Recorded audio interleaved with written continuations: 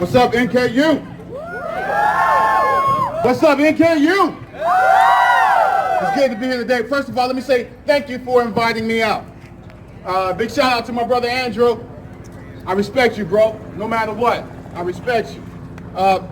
Interesting thing, my nephew, my neighbor, the blonde-haired guy, when I was leaving out, he was like, where you going dressed like that? I said, I got to speak down at NKU. He's like, dude, don't go. You're going to scare him. You look like the abominable thug man. Don't do it. Change your clothes. I'm like, nephew, this is how I roll. So thank you for allowing me to show up like this. I'm getting old. I'm getting cold.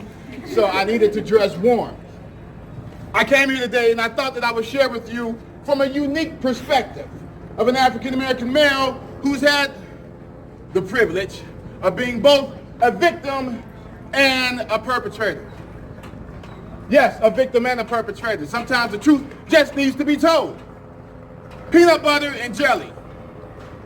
Peanut butter. Anybody here like peanut butter and jelly? Like sandwiches? Anybody? Okay. I know I just veered way out to the left. I freaking hate. This is the P&G crowd, the Christian crowd. If I use some adult language, am I okay? Do I get kicked off campus? I'm going to try not to. I'm going to try not to. So, I freaking hate peanut butter and jelly. This is why. About 5 years old, when my mom went to work, I had two babysitters, about 10, 12 years old, both women. Around 12 o'clock lunchtime, I would get hungry. Time for a peanut butter and jelly sandwich. But before we had the peanut butter and jelly sandwich, they would take me into the bathroom. They would undress me. They would then lay down on the floor, put me on top of them until I moved around enough until they were satisfied. And then after that, I could get my peanut butter and jelly sandwich, depending on who was on duty that day. That's why today I freaking hate peanut butter and jelly sandwiches. We're gonna talk about some side effects. So life goes on. I get a little bit older. I'm a little bit cuter. I discovered women for real. You know, back in the day, I kind of had to go when I was a player. You know, a little playboy. I know it don't look like it now. You know, I was a Mac. Then time goes on, and you get older, and really you become nothing but a man whore and a slut. And I thought about that. What made me this way? Sure, I like women, but what made me want to like women as much as I do? And I understood, I didn't just want to like women, I wanted women to like me. Because I hadn't grown to a point where I could like that little boy who was so helpless on the floor and was getting the shit kicked out of him by the peanut butter and jelly monster. So a large portion of my life, I went for being liked and not respected. And it's interesting because a lot of people think women tend to do that. Women go around looking for love in all the wrong places and in all the wrong faces. No, you're not the only ones that do it. Because men, we do it to it. If we confess up, we're really nothing more, some of us, we go through a period where we're really just cowards and we're insecure. So we think the more women we conquer, the better off we can feel, right? It ain't always the case. So life goes on. Drugs into the picture. I talked about being a victim. I had a friend. We grew up together. Junior high school, high school. After high school, we kind of parted ways. She went on with her life. I went on with mine.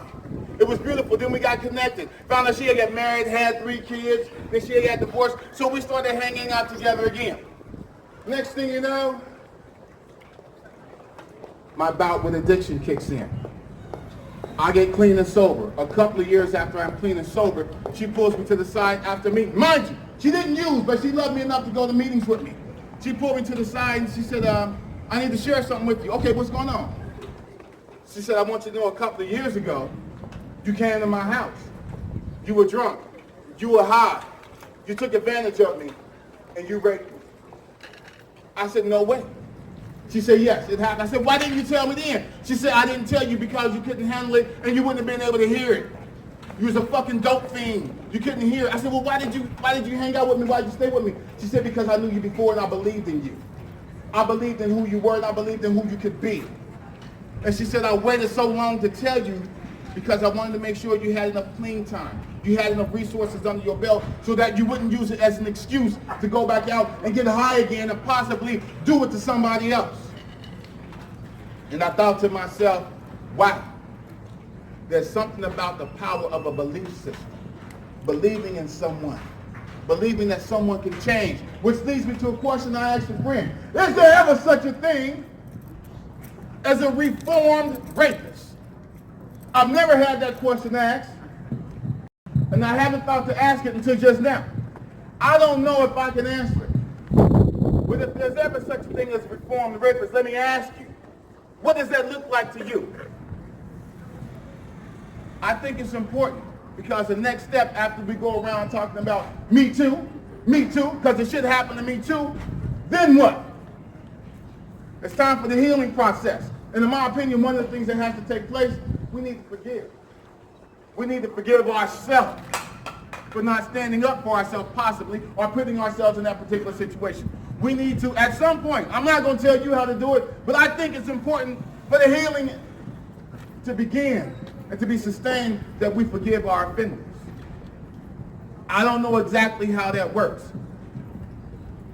And I came up with this idea. Because this shit is happening here on campus, and because I'm assuming some of the cats are afraid to speak up and say, I'm sorry, I did that. Maybe just maybe they don't quite know how to do that. So I want to ask you, maybe you guys know somebody who's really tech savvy, and you can create this like this social media anonymous bulletin board where some of the victims can post, this is how you apologize. Can you imagine if somebody offended you and they were really sorry, but they felt they were too covered with guilt and shame, like I was? Come and say, damn, I'm sorry. It would really help if you could put it out there anonymously and say, look, what you did was fucked up. Not in those words, I'm sorry. What you did was screwed up. Yeah. Thank you. What you did was fucked up. You might not be man enough. You might not have the courage, or maybe you just lack the tools and the experience to say I'm sorry. So here's a guideline from a victim, by a victim, to an offender.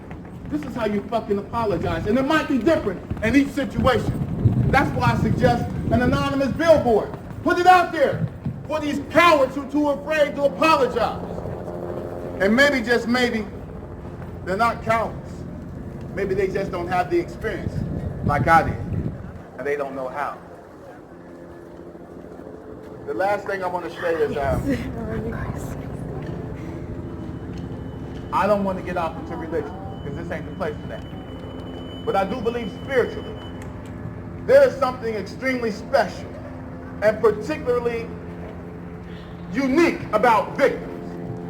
There's a reason that something happens to you that makes you want to be quiet, that makes you want to stuff your feelings, that makes you want to stuff your talent, that makes you want to fucking sit in your room and not talk to nobody, not want to talk to your parents, not want to talk to your kids.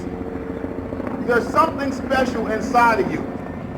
And I'm here to tell you, maybe, just maybe, the universe is aware that you got a fucking pot of gold inside of you. You have world-changing ideas inside of you.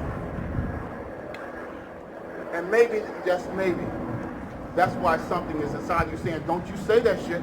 Don't speak up. Don't speak out. Because if you do, somebody else's life might be saved. I want to encourage you. While we can all shout, me too, and it's valid. And I'm not mocking that, I'm making fun of that. At some point, I would love to hear everybody shout, but no fucking more. But no fucking more. There's this thing called the light of exposure, which I know, and I'm going to leave with this. Most perpetrators are afraid of the light of exposure. That's why you're getting threatened. That's why they call you bad names. That's why they tell all their friends about you that you're no good, that you did it anyway. Because the light of exposure will fuck them up. It's like the truth.